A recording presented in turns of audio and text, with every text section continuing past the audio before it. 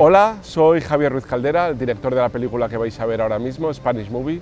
Spanish Movie fue mi primera película, la rodé en el año 2009, era un joven inconsciente y me gustó mucho y me divirtió mucho hacer un homenaje a un tipo de cine con el que he crecido, que es el cine de parodias o el cine spoof que se llama, que son un cúmulo de chistes al cual más loco, ¿no?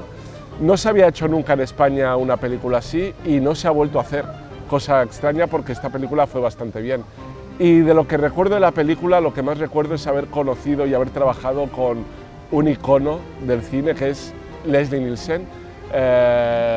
Ahora vuelven a hacer Agárralo como puedas en cine próximamente, pero bueno, agárralo como puedas, aterriza como puedas. Tener la suerte de trabajar con ese ídolo americano fue para mí un sueño hecho realidad. Y juntarlo con Chiquito a la calzada ya fue la bomba.